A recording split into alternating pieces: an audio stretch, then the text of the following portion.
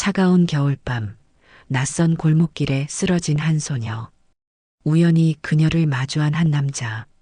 그러나 이 만남은 단순한 우연이 아니었다. 오랫동안 감춰져 있던 비밀, 그리고 서로가 알지 못했던 인연. 잃어버린 시간 속에서 과연 이들은 어떤 진실을 마주하게 될까? 지금 그 이야기가 시작됩니다. 영상 시작 전 구독과 좋아요 부탁드립니다. 오른쪽 아래에 구독 버튼 눌러주세요. 겨울밤의 공기는 칼날처럼 날카로웠다. 수정같이 맑은 찬 기운이 폐부 깊숙이 파고들었고 건물 사이를 헤집고 들어온 바람은 도심의 불빛을 스치며 흩날렸다. 강도연은 가죽 장갑을 낀 손으로 운전대를 단단히 움켜쥐었다. 차창 너머로 흐르는 도시의 야경은 차가운 푸른빛과 따스한 노란빛이 뒤섞여 마치 수채화처럼 번졌다. 원래라면 지금쯤 그는 검은색 세단 뒷좌석에서 기사의 운전에 몸을 맡긴 채 내일 회의 서류를 넘기고 있었겠지만 오늘만큼은 그 모든 책임과 의무에서 벗어나 직접 핸들을 잡고 싶었다. 익숙하면서도 낯선 거리를 천천히 지나는 동안 강도연의 가슴 한켠이 묵직하게 가라앉았다. 12번의 계절이 지났으나 이곳은 여전히 자신의 상처를 기억하고 있는 듯했다. 10여 년 전만 해도 이 거리는 따뜻한 추억으로 가득한 공간이었다. 딸과 함께 주말마다 들렀던 작은 문방구, 아이가 좋아하던 떡볶이 가게, 선물로 사주었던 토끼 인형. 작고 소중했던 손이 자신의 넓은 손바닥 위에 놓여있던 감촉이 아직도 생생했다. 장난스럽게 자신의 손을 잡고 떡볶이를 먹고 싶다던 맑은 목소리가 귓가에 맴돌았다. 그러나 그날 이후 모든 것이 차갑게 얼어붙은 듯 변해버렸다. 한때는 따스한 추억이 담긴 거리가 이제는 아프게 그를 찌르는 가시밭이 되었다. 강도연은 짧은 한숨을 내쉬었다. 창문을 살짝 열자 차가운 기운이 머리칼을 스쳤다. 그는 딸을 찾기 위해 가능한 모든 방법을 동원했다. 경찰, 실종자 센터, 사설 탐정, 심지어 해외 수사기관까지. 하지만 수소문한 모든 단서는 시간이 갈수록 흐릿해졌고 작았던 희망의 불씨는 점점 꺼져갔다. 이제는 기억 속 딸의 모습조차 또렷하지 않았다. 어린 시절의 미소가 어떤 모양이었는지, 웃을 때 눈가에 잡히던 주름은 어땠는지, 목소리는 어떤 음색이었는지. 시간이 그 모든 것을 희미하게 만들어버렸다. 그때였다. 멀지 않은 골목길, 희미한 가로등 아래 작은 형체가 눈에 들어왔다. 바닥에 쓰러져 있는 사람. 지나가는 행인들은 무심하게 그 존재를 외면했다.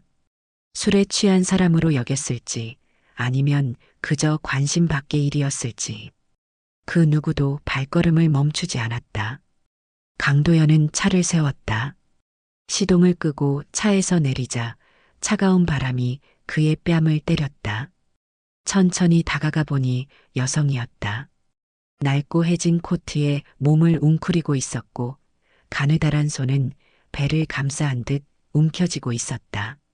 창백한 얼굴이 가로등 빛에 노출되었고 잔뜩 웅크린 몸은 겨울바람에 떨고 있었다. 얼어붙은 아스팔트 위에서 간신히 숨을 몰아쉬는 그녀의 모습은 한 폭의 그림처럼 처연했다. 괜찮습니까? 그녀는 대답이 없었다. 희미하게 뜬 눈동자는 초점을 잃은 듯 흐릿했고 파랗게 질린 입술은 미세하게 떨리고 있었다. 주저할 이유가 없었다. 강도연은 조심스럽게 그녀의 어깨와 무릎 아래로 손을 넣어 안아 올렸다. 손에 닿는 몸은 너무나 가벼웠고 두꺼운 옷 속에서도 뼈마디가 느껴질 만큼 마른 상태였다. 그녀의 체온은 위험할 정도로 낮았고 숨결은 가녀렸다. 차에 그녀를 눕히고 히터를 최대로 올린 뒤 강도연은 가까운 병원으로 향했다. 병원까지 가는 길, 그는 룸미러 속에 비친 여성을 자주 바라보았다. 그녀는 의식을 잃은 듯 미동도 없었다. 손끝은 새하얗게 질려 있었고 그 손끝이 움켜쥔 낡은 가방 하나가 유일한 소지품이었다. 이상하게도 그녀를 바라보는 순간 마음 한구석이 묵직해졌다. 오래전 잃어버린 무언가를 찾은 듯한 설명할 수 없는 감각이 그를 휘감았다. 병원 복도는 밤 시간임에도 희미한 분주함이 감돌았다. 응급실 의사는 간단한 진찰 후 차트를 정리하며 강도연에게 다가왔다. 의사의 표정은 굳어 있었고 걱정이 묻어나는 목소리로 설명했다. 심각한 영양실조입니다. 장기간 제대로 된 식사를 하지 못한 것 같고 노동을 지나치게 많이 한 듯 보입니다. 손에 굳은 살이 많고 관절에 무리가 간 흔적이 있습니다. 정신적 스트레스도 상당했을 겁니다. 그리고 의사는 잠시 말을 멈추고 차트를 다시 확인했다. 임신 7개월입니다. 임신. 그 단어가 강도연의 귓가에 맴돌았다. 그는 다시금 처치실 안에 그녀를 바라보았다.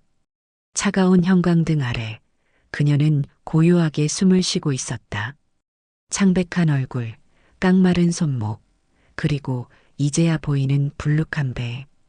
계속 웅크리고 있어 눈치채지 못했던 그 증거가 이제는 분명했다. 오랜 시간 제대로 먹지 못했던 것일까? 아니면 먹을 것이 없었던 것일까? 강도연의 가슴 한켠이 묵직하게 내려앉았다.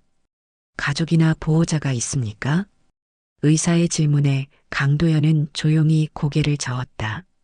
그는 전혀 모르는 사람이었지만 지금 그녀 곁에 있는 사람은 자신뿐이었다.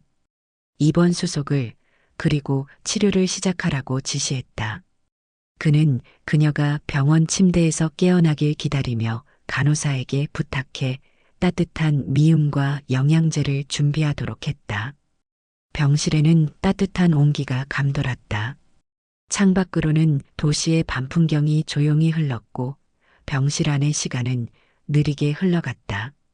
강도연은 병실 소파에 앉아 그녀가 깨어나기를 기다렸다. 그것이 왜인지는 자신도 설명할 수 없었다. 그저 오랜 시간 잃어버렸던 무언가를 찾은 듯한 느낌, 이 여성에게서 풍기는 묘한 익숙함이 그를 이 자리에 몇 시간이 흐른 후 그녀는 천천히 눈을 떴다. 처음 그녀의 시선은 흐릿했다. 희미한 눈동자가 병실 천장의 하얀 형광등을 향했고 천천히 주변을 둘러보았다. 그리고 자신을 바라보고 있는 낯선 남자를 발견한 순간 그녀의 몸은 본능적으로 움츠러들었다.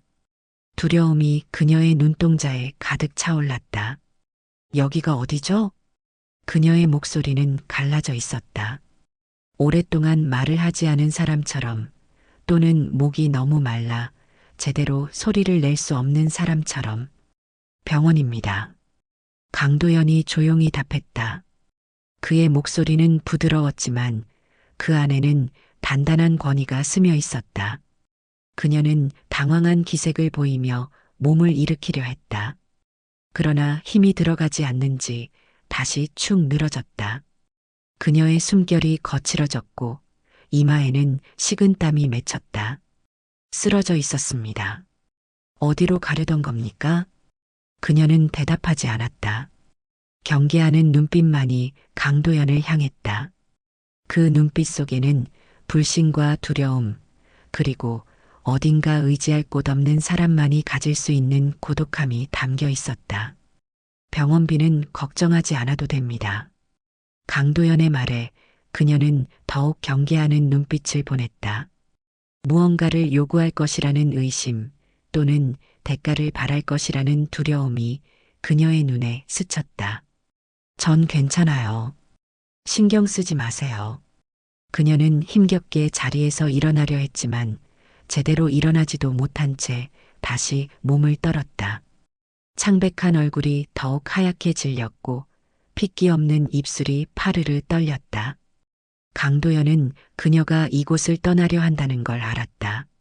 낯선 호의가 두려운 것인지 아니면 다른 이유가 있는 것인지는 모르겠지만 그녀에게는 이 병원을 벗어나야 할 절박한 이유가 있는 듯했다. 갈 곳이 있습니까? 그녀는 고개를 돌렸다. 창밖으로 보이는 도시의 불빛을 잠시 바라보다가 나지막한 목소리로 대답했다. 있어요. 하지만 강도연은 그 대답이 거짓이라는 걸 알 수 있었다. 오랜 세월 비즈니스 세계에서 살아남은 그는 진실과 거짓을 구분하는 날카로운 직감이 있었다. 누군가 기대고 의지할 곳이 있었다면 그렇게 쇠약해질 때까지 방치되지 않았을 것이다. 누군가 그녀를 돌봐줄 사람이 있었다면 한겨울에 이렇게 거리에 쓰러져 있지 않았을 테니. 그녀는 침대 옆에 놓여있던 가방을 집으려 했다. 그러나 손끝이 닿기도 전에 그녀의 몸이 위태롭게 기울어졌다. 순간 강도연은 반사적으로 그녀의 어깨를 붙잡았다. 그녀의 몸이 너무 가벼워 본능적으로 팔에 힘이 들어갔다. 지금은 무리입니다. 놔주세요. 그녀는 떨리는 목소리로 말했다. 그 목소리에는 공포와 불안, 그리고 깊은 피로가 담겨 있었다. 강도연은 천천히 손을 거두었다. 그녀를 더 위협하고 싶지 않았다. 그녀는 힘겹게 몸을 일으켜 가방을 잡았다. 가방에 천이 해져 있었고 끈은 여러 번 묶인 흔적이 있었다. 그러나 그때 가방 속에서 작은 수첩이 바닥으로 떨어졌다. 푸른색 표지의 작은 수첩이 병실 바닥에 나지막한 소리를 내며 떨어졌다. 병실에 함께 있던 강도연의 비서는 자연스럽게 그것을 주워 그녀에게 건넸다. 그리고 수첩의 표지를 본 순간 그의 표정이 미묘하게 변했다. 놀라움과 의아함이 뒤섞인 표정으로 강도연을 바라보았다. 유나은. 그녀는 얼른 수첩을 받아 가슴에 꼭 안았다. 그 수첩은 그녀에게 매우 소중한 것처럼 보였다. 마치 삶의 전부를 담고 있는 듯한 소중함으로 그것을 끌어안았다. 강도연은 그 이름을 바라보며 순간적으로 멈칫했다. 어딘가 익숙한 이름이었다. 오래전에 들어본 듯한 혹은 어디선가 본 적이 있는 듯한 묘한 친숙함이 그를 감쌌다. 그러나 그것이 정확히 어디서 왔는지 어떤 의미인지는 알 수 없었다. 그녀는 퇴원 서류를 정리한 후 조용히 병원을 나섰다. 그녀를 붙잡을 수도 있었지만 강도연은 그러지 않았다. 무언가에 쫓기는 듯한 그녀의 태도가 마음에 걸렸지만 더 이상의 간섭은 그녀를 더 두렵게 할 뿐이라는 것을 알았다. 대신 그는 조용히 비서를 향해 말했다. 저 아이의 신원을 조사해봐. 비서는 고개를 끄덕였지만 의아한 표정을 감추지 못했다. 강도연이 낯선 사람에게 이렇게 관심을 보이는 모습은 처음이었다. 신원이요? 이름이 어딘가에서 본 적이 있다. 강도연은 창문 너머로 사라져가는 그녀의 뒷모습을 바라보았다. 햇살 한 줄기가 쏟아지지 않는 겨울날의 회색빛 아침이었지만 그녀의 존재는 어딘가 따스한 기억을 불러일으켰다. 그녀가 떠나고 나서도 이상하게 그 이름이 머릿속을 맴돌았다. 유나은. 그 이름은 20년 전 마지막으로 받았던 사설 탐정의 보고서에서 본 듯했다. 그 자료에서 봤던 어딘가 존재했지만 단서를 찾을 수 없었던 이름. 유나은. 그가 찾던 이름은 아니었지만 어쩐지 익숙한 이름이었다. 그리고 그 익숙함이 아주 오랜 시간 잊고 있던 감각을 건드리고 있었다. 마치 오래전 묻어두었던 기억의 상자가 조금씩 열리는 듯한 느낌이었다. 시간이 지나도 희미해지지 않는 기억이 있다. 강도연에게는 그날이 그랬다. 삶의 모든 순간이 모래알처럼 흩어져도 그날만큼은 선명한 유리 조각처럼 그의 가슴에 박혀 있었다. 20년 전 한겨울의 백화점. 창밖으로는 한방눈이 소리 없이 내리고 있었다. 백화점 실내는 따스했다. 천장에서 흘러나오는 난방 바람이 얼굴을 간지렸고 반짝이는 크리스마스 장식들이 눈부시게 빛났다. 캐럴이 잔잔하게 흘러나오는 배경 속에서 사람들의 웃음소리와 대화가 뒤섞였다. 아이들의 까르르대는 웃음소리, 선물을 고르는 연인들의 속삭임, 크리스마스를 준비하는 가족들의 분주한 발걸음. 그 모든 소리가 어우러진 행복한 공간이었다. 그 속에서 작은 손이 그의 손을 꼭 잡고 있었다. 따스하고 보드라운 감촉. 그 어떤 것보다 소중한 존재의 체온. 아빠, 저기 봐. 저 인형 너무 귀여워. 딸 서윤이었다. 4살배기 아이는 두 볼이 발그레하게 물들어 있었다.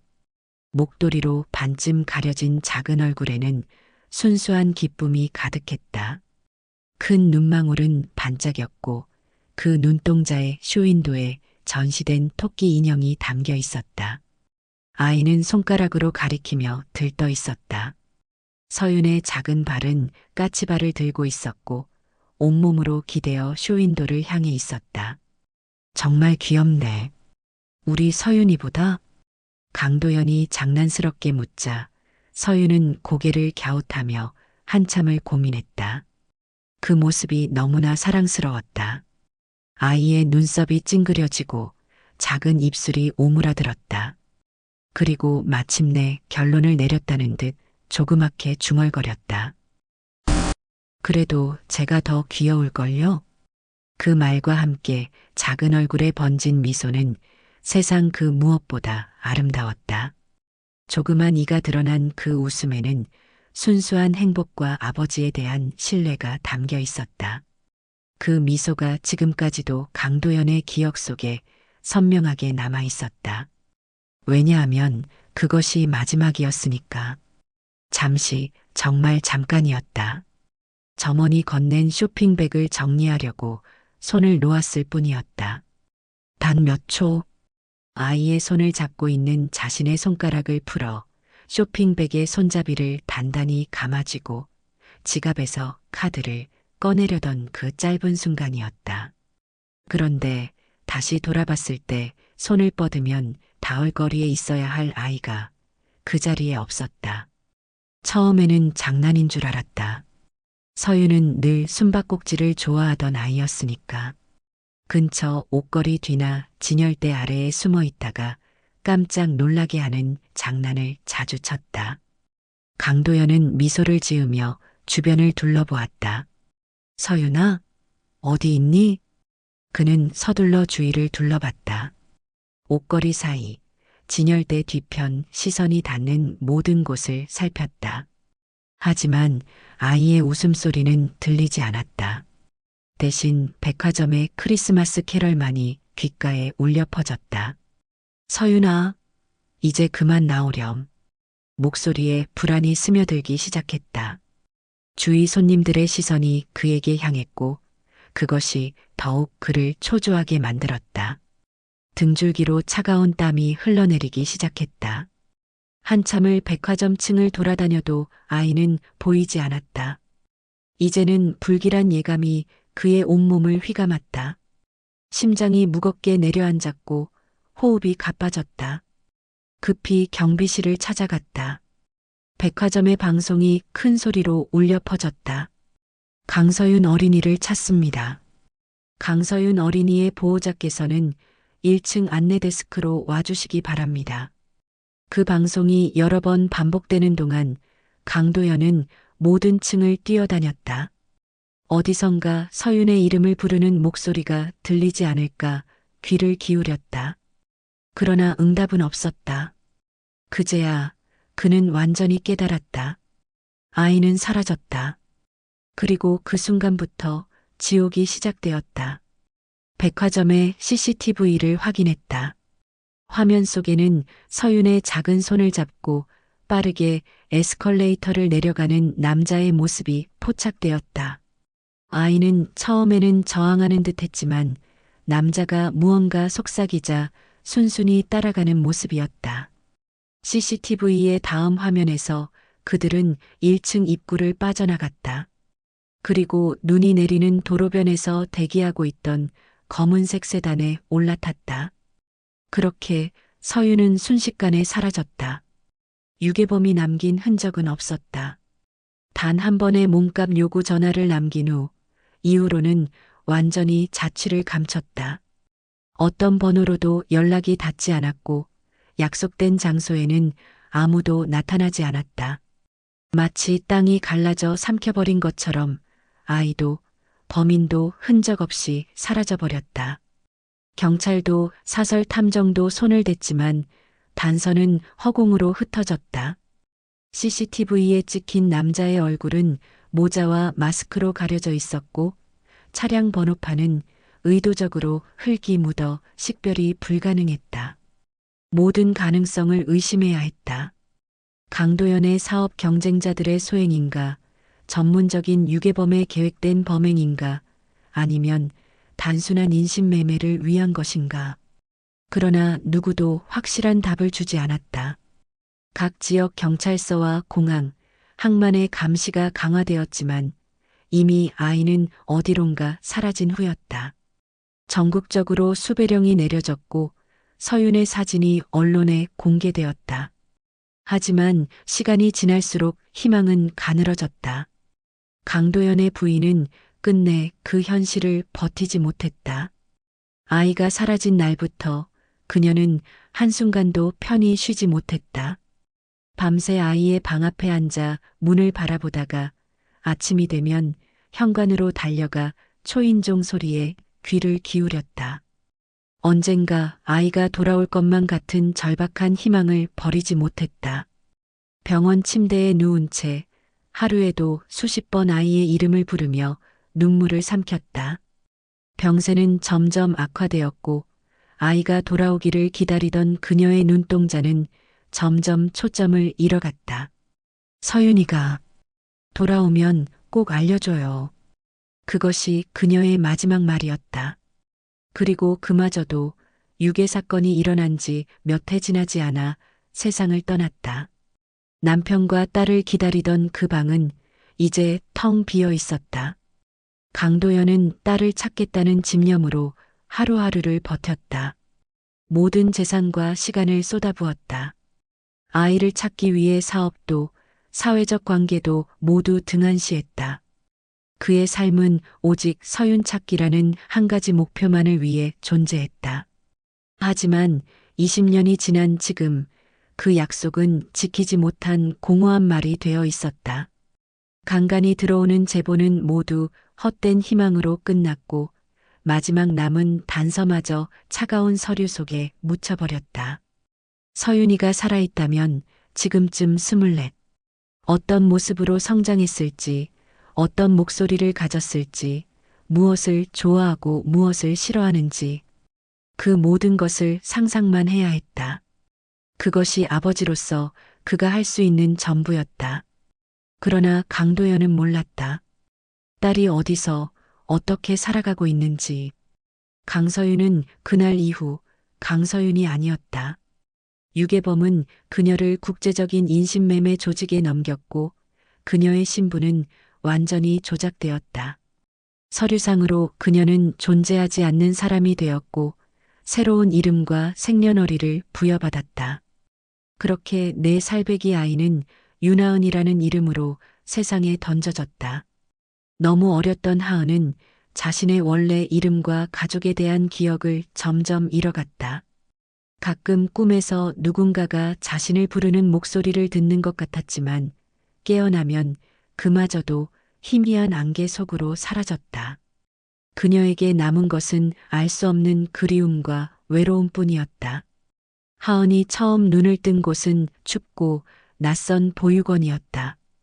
회색빛 콘크리트 건물에 빼곡히 들어찬 철제 침대, 한 번도 따뜻해지지 않는 얇은 이불, 그리고 가족 없는 아이들의 울음소리가 가득한 공간. 그곳은 결코 따뜻하지 않았다. 그녀는 부모가 버린 아이라는 꼬리표를 달고 살았다. 언제든 입양될 수 있는 아이, 언제든 다시 버려질 수 있는 아이. 그런 존재로 자라야 했다.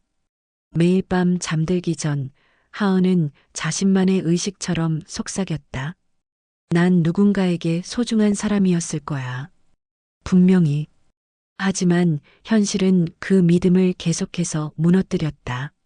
하은은 몇 번이고 새로운 가정을 찾았지만 모든 곳에서 결국 다시 보육원으로 돌아왔다. 처음에는 가족이 될 수 있다는 희망에 부풀어 입양 가정으로 갔다.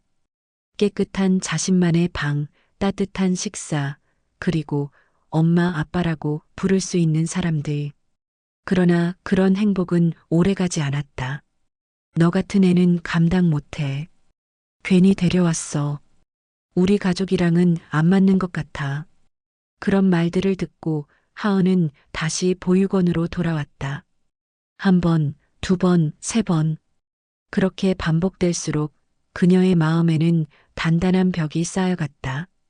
언제부턴가 하은은 더 이상 가족을 기대하지 않게 되었다.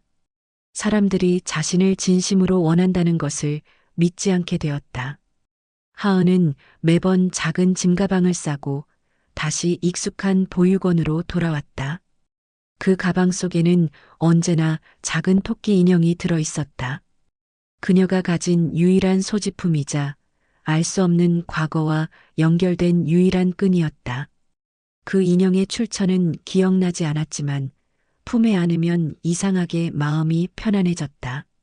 18살이 되던 해 하은은 보호시설을 떠났다. 성인이 되는 순간 국가의 보호는 끝났고 이제 살아가는 것은 오로지 그녀의 몫이었다. 고등학교 졸업장 하나와 작은 짐가방을 든 채 하은은 차가운 세상으로 나왔다. 아무런 후원자 없이 하은은 자신의 삶을 개척해야 했다. 식당에서 접시를 나르고 건물 청소를 하고 공장에서 밤새 부품을 조립했다. 때로는 하루에 3가지 일을 동시에 했다. 신발이 닳도록 걸었고 손이 갈라지도록 일했다. 아무도 그녀를 보호해주지 않았으므로 스스로를 지켜야 했다. 그러던 중 예상치 못한 일이 생겼다.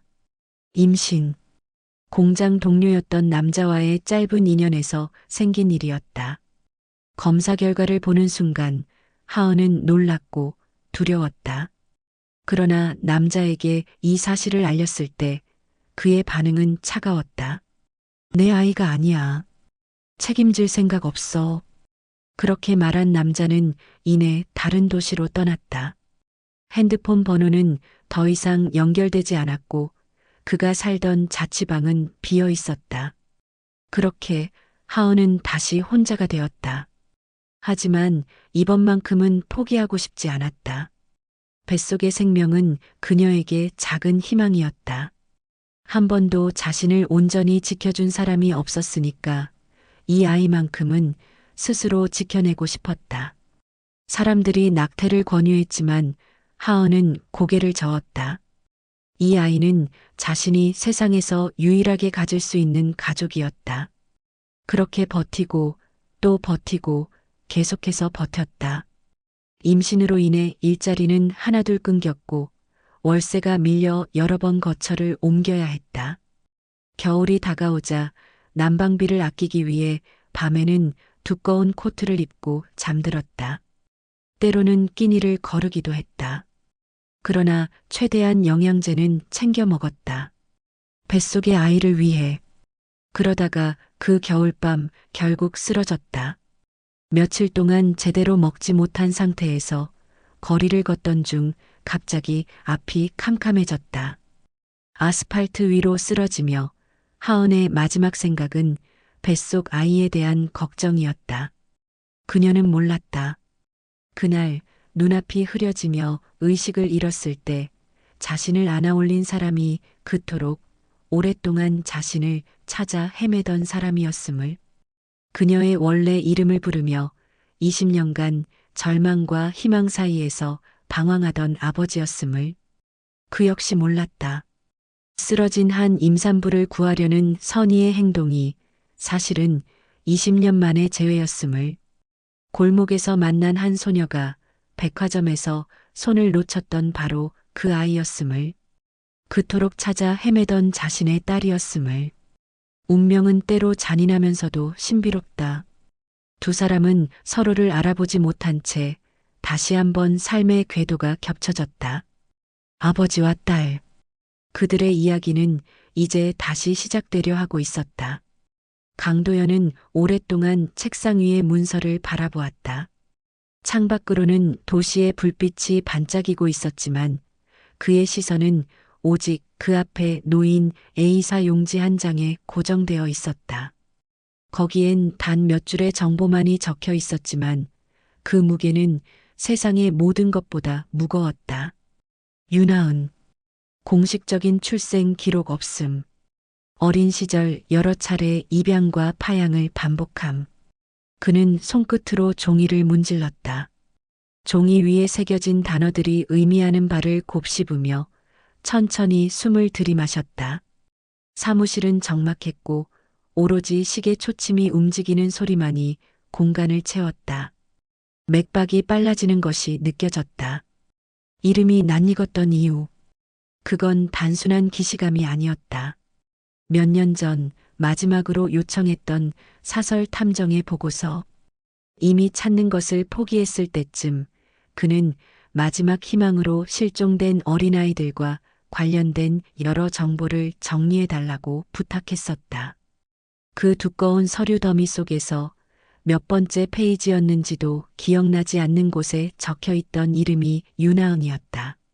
출생지가 불분명하고 시설에서 자랐으며 신분이 조작되었을 가능성이 있는 아이. 하지만 당시엔 단서가 너무 적었고 결정적인 증거가 없어 깊이 들여다보지 못한 채 넘겨버렸던 이름이었다. 수많은 실종 아동 중 하나로 특별히 주목할 이유가 없었다. 그리고 지금 그 이름이 다시 그의 눈앞에 나타났다. 이번에는 골목에서 쓰러진 한 여성의 이름으로. 운명이 장난을 치는 것인지 아니면 그토록 바라왔던 기적이 눈앞에 펼쳐진 것인지 구분할 수 없었다. 강도연은 생각했다. 그날 밤 이후 그녀의 행동들이 하나하나 머릿속을 스쳐 지나갔다. 그녀는 처음부터 자신을 밀어냈다. 눈빛에는 경계심이 가득했고 도움을 받으려 하지 않았다. 마치 타인에게 기대는 법을 모르는 사람처럼 또는 누군가에게 의지하면 언젠가 상처받을 것이라는 것을 알고 있는 사람처럼 행동했다. 그건 어쩌면 그동안 기댈 곳이 없었기 때문이 아닐까. 혼자서 모든 것을 해결해야 했던 사람만이 가질 수 있는 그런 고독함과 경계심이었다. 창밖을 바라보던 강도연의 시선이 다시 책상 위로 향했다. 그는 손을 뻗어 인터폰 버튼을 눌렀다. 비서실장. 그가 부드럽지만 단호한 목소리로 말했다. 목소리엔 흔들림이 없었지만 그의 손끝은 미세하게 떨리고 있었다. 네, 회장님. 윤하은의 DNA 검사를 진행해. 비서는 순간 당황한 기색을 보였다. 목소리에서 놀라움이 묻어났다. 회장님 설마. 강도연은 대답하지 않았다. 대신 손에 들고 있던 서류를 천천히 내려놓았다. 창밖으로 보이는 도시의 밤 풍경이 그의 눈동자에 비쳤다.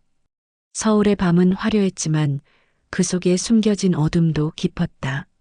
마치 그의 마음처럼. 그는 확신할 수 없었다. 하지만 만약 정말로 그녀가 서윤이라면, 20년 동안 찾아 헤매던 딸이라면, 그 생각이 스치자 가슴 깊은 곳이 서늘하게 식어갔다. 기대와 두려움이 뒤섞인 감정이 그를 휘감았다. 강도연은 그날 이후 윤하은을 찾으려 애썼다. 그녀가 병원에서 퇴원한 후 비서를 통해 그녀의 행적을 조사했다. 작은 고시원 방 하나, 임시직 일자리, 그리고 병원 진료 기록 정도가 전부였다. 그러나 그 단편적인 정보만으로도 그녀의 삶이 얼마나 고단했는지 짐작할 수 있었다. DNA 검사를 위해서는 그녀의 검체가 필요했다. 병원에서 받은 혈액 샘플이 아직 보관되어 있다는 사실을 알아냈고 그것으로 검사를 진행할 수 있었다.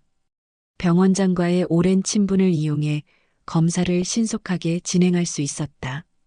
결과는 오래 걸리지 않았다. 단 이틀 만에 그의 책상 위에 놓였다. 99.9% 일치.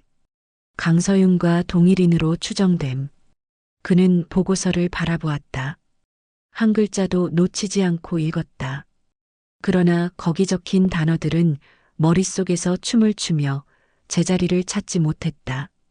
그저 일치라는 단어만이 그의 뇌리에 남았다. 강서윤, 그의 딸, 그토록 찾아 헤맸던 아이, 그가 손에서 놓쳤던 작은 손, 20년 동안 밤마다 떠올렸던 목소리, 그 아이가 이제는 낯선 얼굴이 되어 눈앞에 있었다. 그는 서류를 천천히 접었다. 종이를 접는 손끝에 힘이 들어가 주름이 깊게 패였다. 그 순간 불현듯 20년 전 백화점의 풍경이 떠올랐다. 손을 놓친 순간 돌아서던 아이의 모습, 그리고 텅 빈 공간. 그때처럼 지금도 그녀는 그를 향해 등을 돌리고 있었다. 결과를 받은 그날 저녁 강도연은 직접 그녀를 찾아 나섰다. 도시의 불빛이 반짝이는 거리를 지나 그는 그녀가 자주 들른다는 병원 근처 작은 공원에 도착했다. 간호사가 귀띔해준 정보였다. 퇴원 후에도 그녀는 정기적으로 검진을 받기 위해 병원을 찾았고 검진 전후로 항상 그 공원에서 시간을 보낸다고 했다. 늦가을의 공기는 선선했고 공원의 나뭇잎들은 이미 노란빛으로 물들어 있었다. 벤치에 앉아있던 윤하은은 발소리에 고개를 들었다. 그녀의 앞에 강도연이 서 있었다. 그녀는 차가운 눈빛으로 그를 바라보았다. 창백한 얼굴에는 피로가 가득했고 불안한 기색이 역력했다. 또 따라왔어요? 그녀의 목소리는 날카로웠다. 불편함과 의욕이 뒤섞인 음성이었다. 강도연은 대답하지 않았다. 대신 그녀를 조용히 바라보았다. 20년이라는 시간이 지났지만 이제 보니 눈매는 어린 서윤을 닮아 있었다. 다만 그 눈빛에는 더 이상 순수함이 없었고 대신 세상을 겪은 사람만이 가질 수 있는 날카로움이 깃들어 있었다. 그녀는 한숨을 내쉬었다. 긴 숨이 흰 입김이 되어 공기 중에 퍼졌다. 이제 됐어요. 더 이상 신경 쓰지 마세요. 병원비도 감사했지만 이제 저한테 더 신경 쓰실 필요 없어요. 그녀의 말에는 단호함이 묻어 있었다. 더 이상의 관계를 원치 않는다는 의사 표현이었다. 내가. 강도연이 힘겹게 입을 열었다. 목소리는 낮고 조심스러웠다. 마치 오랫동안 사용하지 않은 악기처럼 거칠게 울렸다. 강서윤이라면? 그 순간 그녀의 표정이 굳었다. 눈동자가 흔들렸고 입술이 미세하게 떨렸다. 누구도 알지 못할 이름을 누군가 불러낸 충격이었을까? 아니면 처음 듣는 이름이었을까? 잠시 정적이 흘렀다. 공원의 산책로를 지나는 사람들의 발소리, 멀리서 들려오는 자동차 소리, 나뭇잎이 바람에 스치는 소리만이 두 사람 사이를 채웠다. 그리고 그녀가 천천히 입을 열었다. 목소리는 이전보다 더 낮았고 미세하게 떨렸다. 뭐라고요? 확인했다. 그는 흔들리지 않는 목소리로 말했다. 하지만 그의 내면은 흔들리고 있었다. 두려움과 기대, 그리고 깊은 후회가 뒤섞여 가슴을 짓눌렀다. 내 DNA, 내가 내 딸이라는 걸. 그녀는 잠시 말을 잃었다. 눈썹이 찡그려지고 눈동자가 아주 미세하게 떨렸다. 무언가 떠오르는 기억이 있는 듯 했지만 이내 그녀의 표정은 다시 굳어졌다. 그러다 이내 조소를 흘렸다. 웃음 속에는 비웃음, 불신, 그리고 어쩌면 두려움이 담겨 있었다. 웃기네요. 그녀의 목소리는 차가웠다. 마치 얼음장처럼 단단하게 굳어 있었다. 하은아. 강도연이 다시 입을 열었다. 이번에는 목소리에 간절함이 묻어났다. 그녀는 눈살을 찌푸렸다. 그 이름으로 불리는 것조차 거부하는 듯 했다. 그 이름으로 부르지 마세요. 그녀의 말에는 날이 서 있었다. 마치 오랜 시간 동안 쌓인 분노와 상처가 한순간에 터져 나온 것 같았다. 강도연은 잠시 그녀를 바라보았다. 그녀의 눈동자에는 복잡한 감정이 교차했다. 분노, 혼란, 그리고 어쩌면 슬픔까지. 이제야 그는 깨달았다. 그녀는 이미 강서윤이 아니었다. 20년의 세월은 그녀를 완전히 다른 사람으로 바꿔놓았다. 그녀의 기억 속에는 강도연이라는 사람도 아버지라는 존재도 희미한 그림자로만 남아있을 뿐이었다. 20년 동안 날 찾지도 않았으면서 그녀가 낮게 내뱉었다. 목소리는 차가웠지만 그 안에는 깊은 상처가 담겨 있었다. 이제 와서 아버지라고요? 그 말은 날카로운 칼처럼 강도연의 가슴을 찔렀다. 그는 그 말에 대답하지 못했다. 무슨 말을 해야 할지, 어떻게 설명해야 할지 알 수 없었다. 어떤 말도, 어떤 변명도 그녀가 겪어야 했던 20년의 시간을 되돌릴 수는 없었다. 아무리 설명해도 그녀는 그 시간 속에서 혼자 견뎌야 했던 사람이었다. 길 잃은 아이로 자라나 버려진 느낌을 안고 살아온 사람이었다. 그 시간 동안 그녀는 어떤 고통을 겪었을까? 얼마나 많은 밤을 혼자 울며 보냈을까? 강도연은 그 깊은 상처를 헤아릴 수 없었다. 그는 천천히 벤치 옆에 앉았다. 그녀와의 거리를 조심스럽게 유지하며 너무 가깝지도 너무 멀지도 않게. 하지만 그 물리적 거리는 그들 사이의 심리적 간극을 메울 수 없었다. 20년이라는 시간은 그들 사이에 깊은 협곡을 만들어버렸다. 내게 모든 걸 설명하고 싶다. 강도연의 목소리는 낮았지만 진심이 담겨 있었다. 그러나 그 진심이 그녀에게 닿을 수 있을지는 알 수 없었다. 설명할 게 있나요?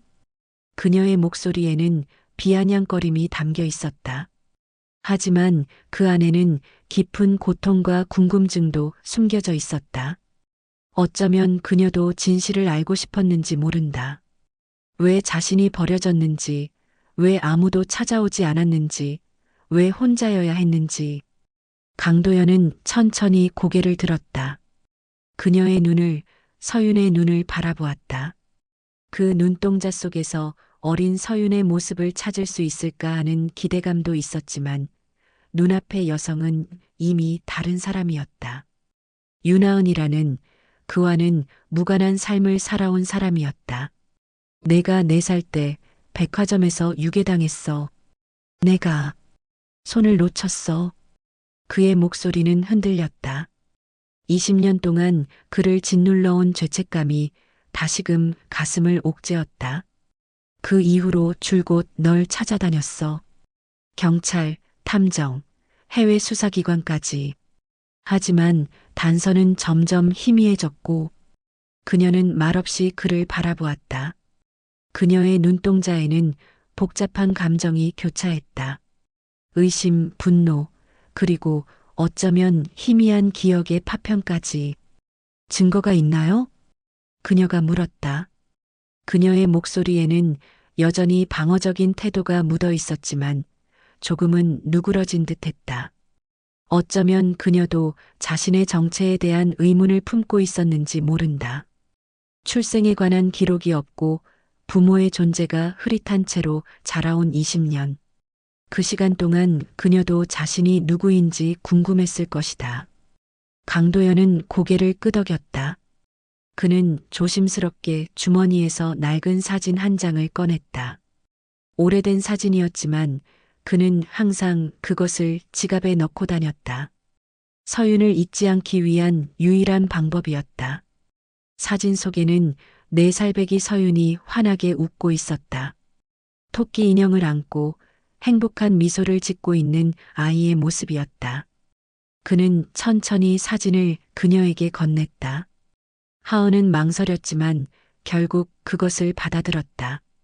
그녀의 손가락이 사진 위를 쓸었다. 그리고 그 사진 속 아이가 안고 있는 토끼 인형에서 시선을 떼지 못했다. 그 순간 그녀의 눈동자가 흔들렸다. 무언가 기억의 문이 열리는 듯했다. 하지만 이내 그녀는 다시 단단한 표정을 지었다. 사진을 강도연에게 돌려주며 그녀는 천천히 자리에서 일어났다. 이제 시간이 필요해요. 그녀의 목소리는 이전보다 부드러워져 있었다. 하지만 여전히 경계심과 혼란이 담겨 있었다. 강도연은 고개를 끄덕였다. 그는 그녀를 다시 잃고 싶지 않았지만 그녀의 마음을 열기 위해서는 시간이 필요하다는 것을 알았다. 20년의 간극을 하루아침에 메울 수는 없었다. 알겠다. 하지만 내가 널 찾기 위해 얼마나 애썼는지, 어떤 노력을 했는지, 언젠가는 그 이야기를 들려주고 싶어. 그녀는 말없이 고개를 끄덕였다. 그것이 동의인지 아니면 그저 대화를 끝내고 싶은 마음에서였는지는 알 수 없었다. 그녀는 천천히 걸음을 옮겨 공원을 빠져나갔다.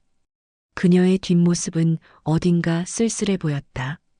마치 혼자 긴 길을 걸어온 사람처럼 그 어깨에는 눈에 보이지 않는 무게가 얹혀 있었다. 강도연은 그 자리에 홀로 남았다. 서서히 어두워지는 하늘 아래 그는 오랫동안 그녀가 떠난 방향을 바라보았다. 20년의 시간과 빈 공허함이 그의 가슴을 무겁게 짓눌렀다. 이제 그 시간의 틈을 메울 수 있을까? 그는 그 답을 알지 못했다. 다만 확실한 것은 이번에는 그녀의 손을 놓치지 않겠다는 결심뿐이었다. 거리는 겨울빛으로 가득했다. 회색빛 하늘이 도시 전체를 덮고 있었고 사람들의 숨결은 하얀 안개가 되어 공기 중에 흩어졌다. 차가운 바람이 건물 사이를 스치며 지나갔고 나뭇가지들은 민둥민둥 벗겨진 채 움츠러들어 있었다. 강도연은 낯선 동네의 골목길을 천천히 걸었다. 그의 발밑에는 밤새 내린 얇은 눈이 바스락거리며 밟혔다. 눈앞에 보이는 건 오래된 다세대 주택이었다. 3층짜리 낡은 벽돌 건물, 담벼락에는 시간이 남긴 얼룩이 번져 있었고 정원이라고 할 것도 없는 작은 공간에는 겨우 플라스틱 화분 몇 개가 버려져 있었다. 낡은 철문에는 녹이 슬어 있었고 벽면을 타고 내려온 수도관은 여기저기 누수의 흔적을 보이고 있었다. 이런 허름한 곳은 강도연에게 너무나 낯설었다. 그의 세계는 언제나 깨끗하고 애른 빛을 발하며 모든 것이 정갈하게 정리된 곳이었으니까. 그 안에서 딸이 살고 있었다. 20년 만에 찾은 딸이. 이런 곳에서 그 생각이 강도연의 마음을 무겁게 짓눌렀다. 어쩌면 그녀의 인생 전체가 이런 모습이었을지도 모른다는 생각에 가슴이 아팠다. 그가 놓친 20년.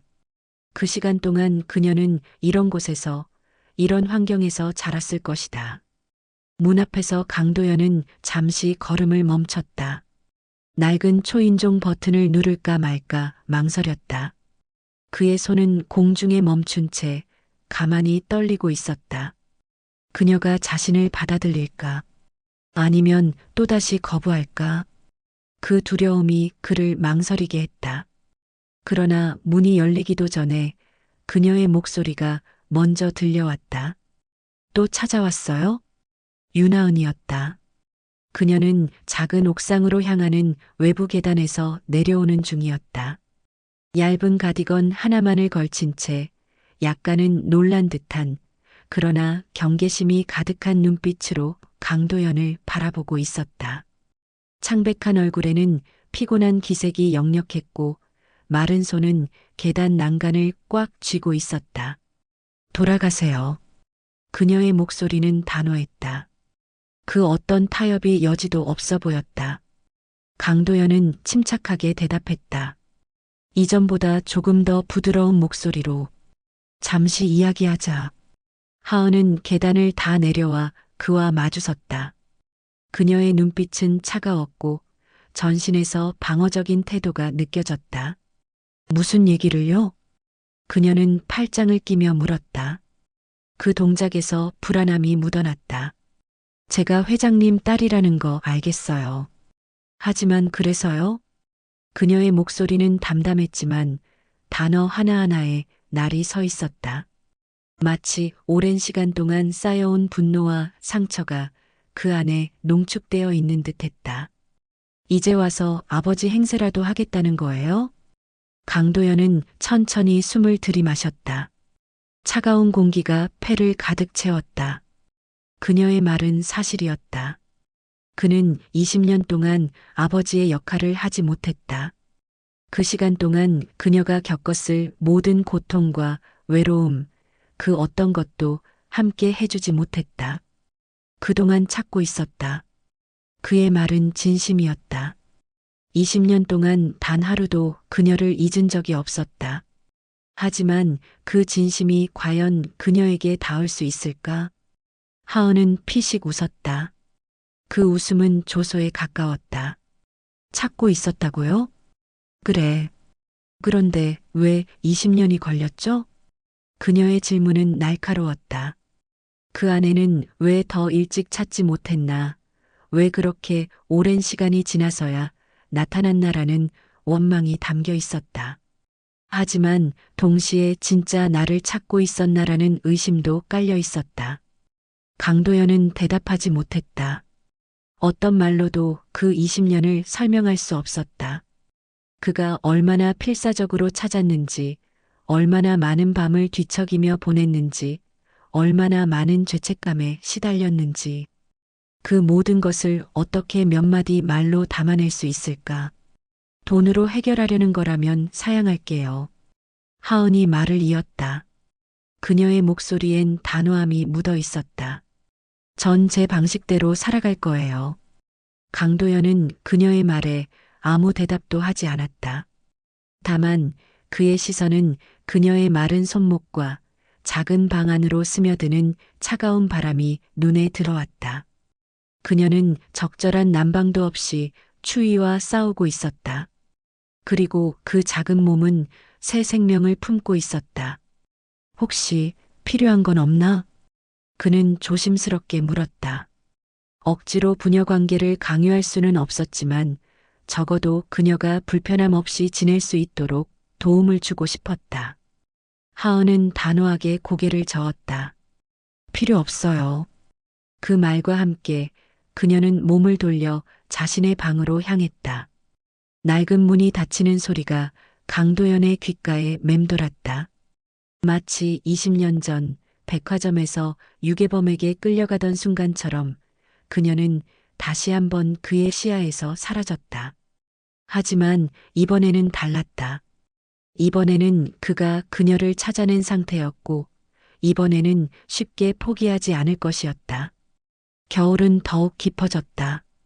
거리의 나무들은 앙상한 가지만 남겨둔 채 차가운 바람에 떨고 있었고, 사람들은 두꺼운 코트 속으로 몸을 숨겼다.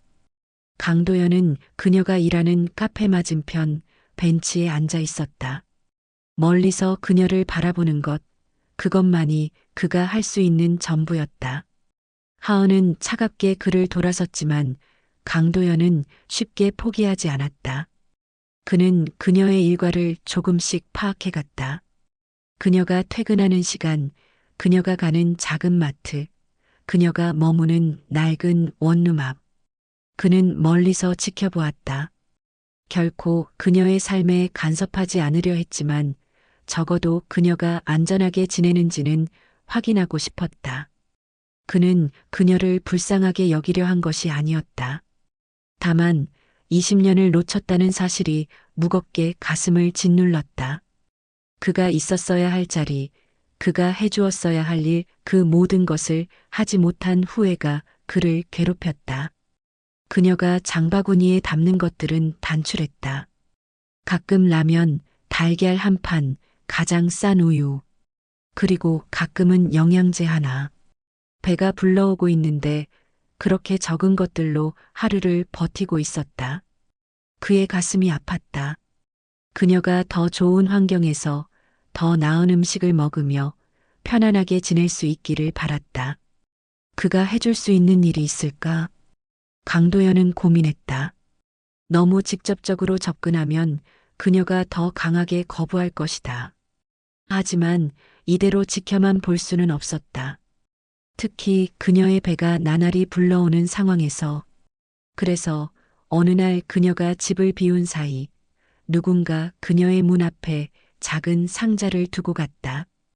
그 안에는 임산부를 위한 영양제, 따뜻한 스웨터, 그리고 신선한 과일들이 담겨 있었다.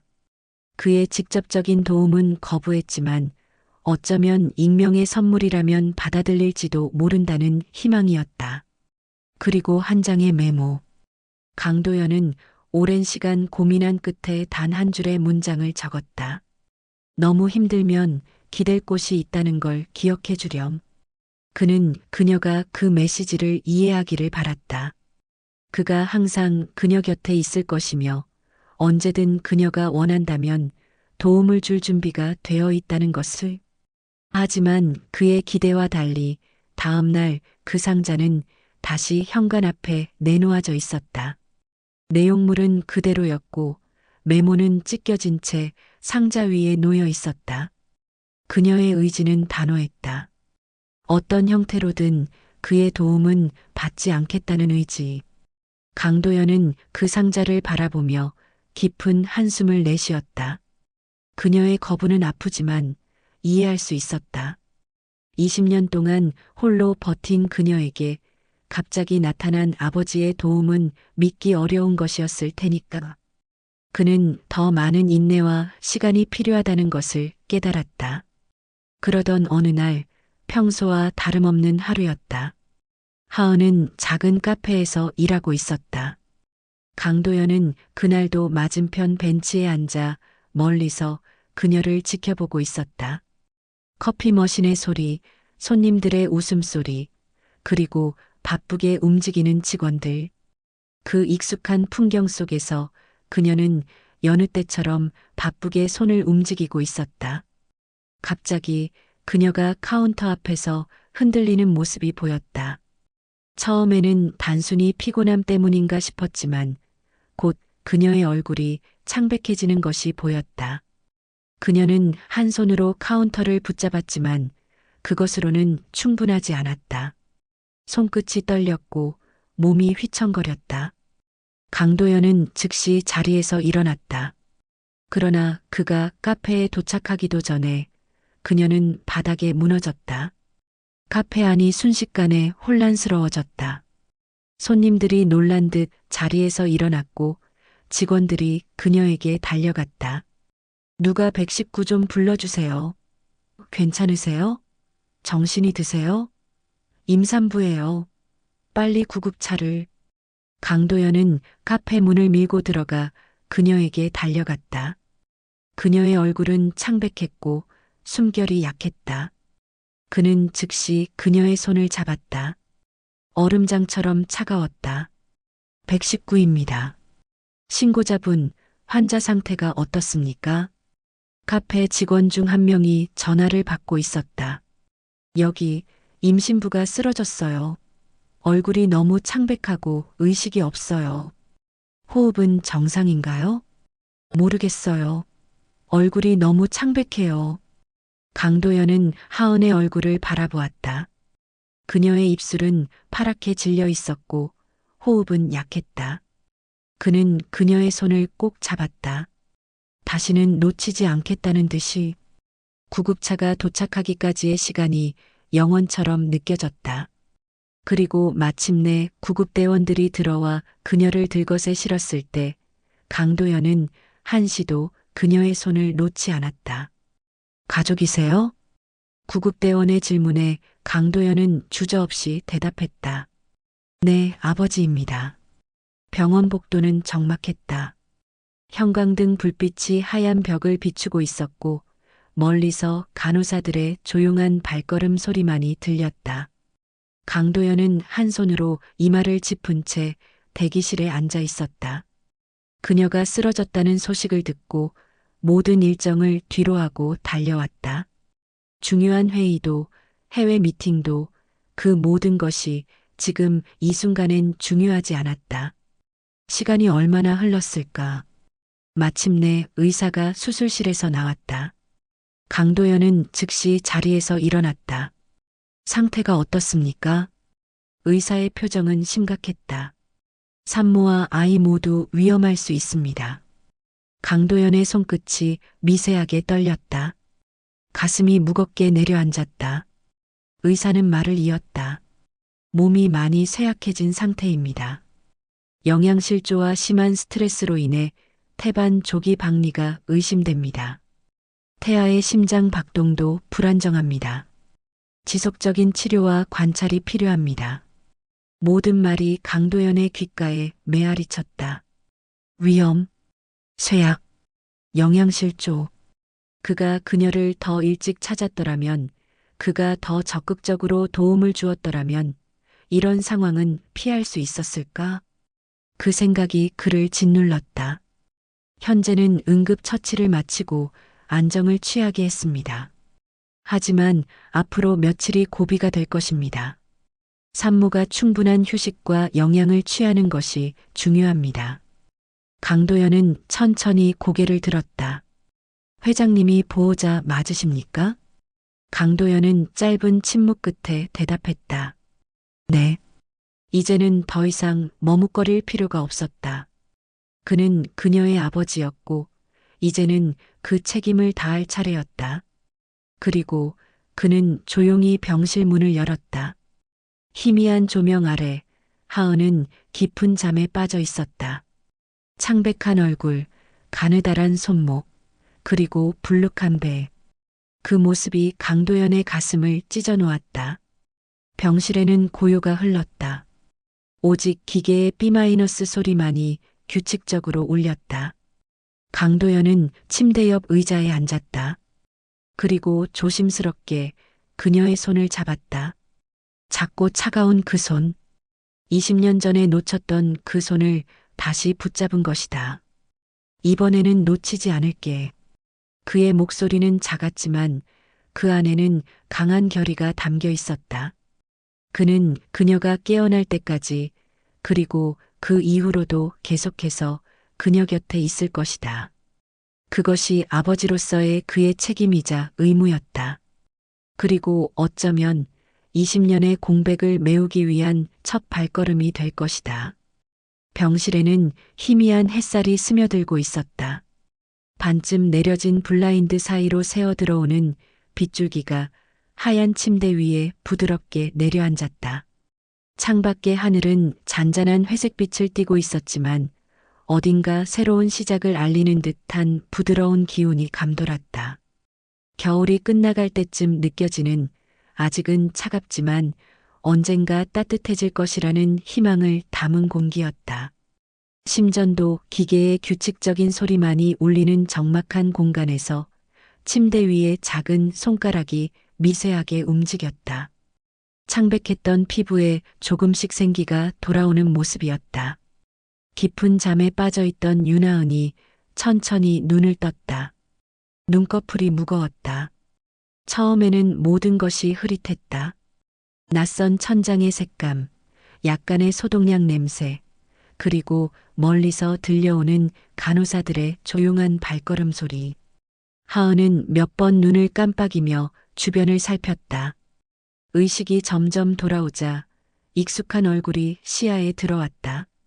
강도연이었다. 그는 창가에 있는 소파에 앉아 있었다. 창문을 통해 들어오는 희미한 햇살이 그의 옆모습을 비추고 있었다. 평소처럼 단정한 모습이었지만 어딘가 조금 달라 보였다. 한 번도 본 적 없는 피곤함이 그의 얼굴에 스며 있었고 항상 완벽하게 다려진 셔츠에는 이제 구김이 져 있었다. 그의 곁에는 커피잔 몇 개가 쌓여 있었고 노트북과 서류들이 무질서하게 놓여 있었다. 그는 병실에서 며칠을 보낸 것일까? 그 모습은 하은이 알던 완벽한 CEO의 모습과는 거리가 멀었다. 그것은 지친 아버지의 모습에 가까웠다. 하은은 조용히 그를 바라보았다. 아직 말은 나오지 않았다. 목이 말랐고 온몸이 무거웠다. 그러나 그녀의 시선은 그에게 고정되어 있었다. 이상하게도 분노나 거부감이 덜했다. 그 자리에 깊은 피로감과 묘한 허무함, 그리고 어쩌면 조금의 안도감 같은 것이 자리 잡고 있었다. 그 순간 강도연이 무언가를 느꼈는지 천천히 고개를 돌렸다. 그들의 시선이 마주쳤다. 그의 눈동자가 흔들리더니 순식간에 자리에서 일어나 그녀에게 다가왔다. 괜찮아? 낮은 목소리였다. 아주 조심스럽고 떨리는 듯 하면서도 따뜻한. 그동안 그가 해왔던 말투와는 다른 진심이 담긴 목소리였다. 하은은 잠시 숨을 들이마셨다. 가슴 한편이 묘하게 저려왔다. 그 목소리에서 어렴풋이 기억 속의 한 조각이 떠올랐다. 아주 오래전 어린 시절의 희미한 기억. 누군가 자신을 품에 안고 똑같은 목소리로 물어보던 순간 강도연은 침대 옆에 서서 그녀를 바라보며 아주 작은 미소를 지었다. 그 미소는 꾸며낸 것이 아니었다.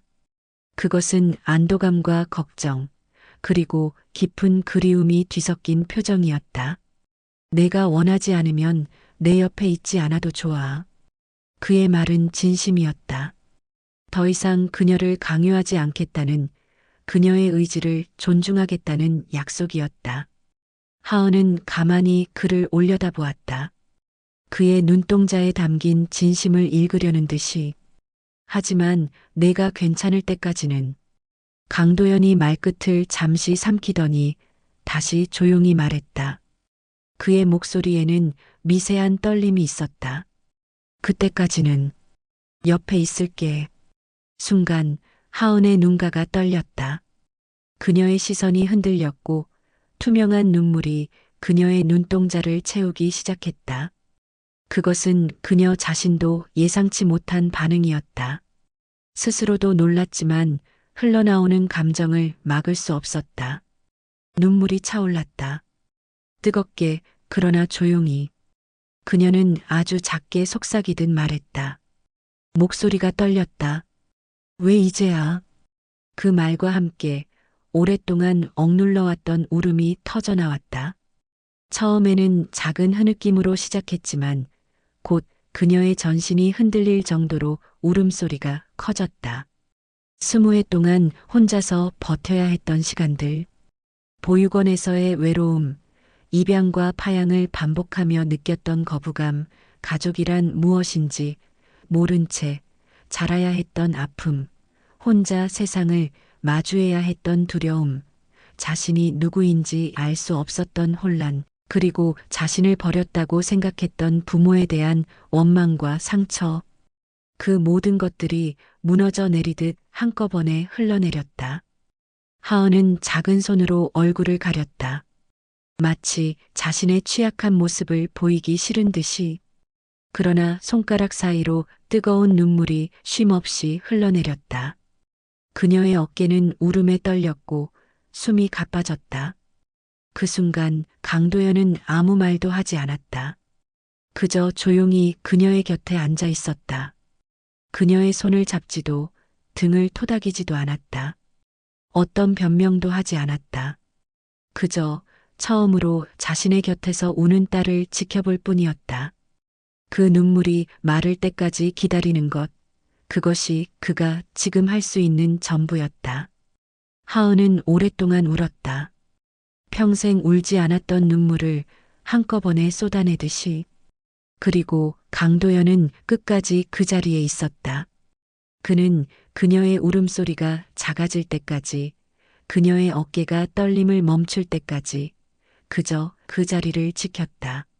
마침내 하은의 울음이 잦아들었다. 그녀는 천천히 손을 내리고 얼굴을 닦았다. 그녀의 눈은 붉게 부어 있었지만 그 눈빛은 전과 달랐다. 마치 오랫동안 갇혀있던 무언가가 풀려난 듯한 가벼워진 눈빛이었다. 물 마실래? 강도연이 조심스럽게 물었다. 하은은 작게 고개를 끄덕였다. 그는 침대 옆 테이블 위에 물잔을 집어 그녀에게 건넸다. 그녀는 천천히 물을 마셨다. 차가운 물이 목을 타고 내려가며 그녀의 숨소리가 조금씩 안정되었다. 아이는 괜찮아요? 하은이 처음으로 입을 열었다. 그녀의 손이 자신의 배를 감쌌다. 강도연은 안심시키듯 미소 지었다. 괜찮아. 태아 심박동도 안정되고 있어. 의사 선생님도 조심하면 괜찮을 거라고 했어. 하은은 안도의 숨을 내쉬었다. 그녀에게 그 아이는 전부였다. 자신만의 가족, 자신이 지켜내야 할 유일한 존재였다. 의사 선생님은 너도 충분히 쉬어야 한다고 했어. 당분간은 무리하지 말고 병원에 있는 게 좋을 것 같아. 그의 말에 하은은 잠시 망설이는 듯했다. 예전이라면 그의 간섭에 즉각 거부했겠지만 이번엔 달랐다. 그녀도 이제는 자신의 몸 상태가 좋지 않다는 것을 인정할 수밖에 없었다. 아이를 위해서라도 안정을 취해야 했다. 카페에 연락해야 해요. 그녀가 조용히 말했다. 이미 했어. 걱정하지 마. 당분간 쉬어도 된다고 했어.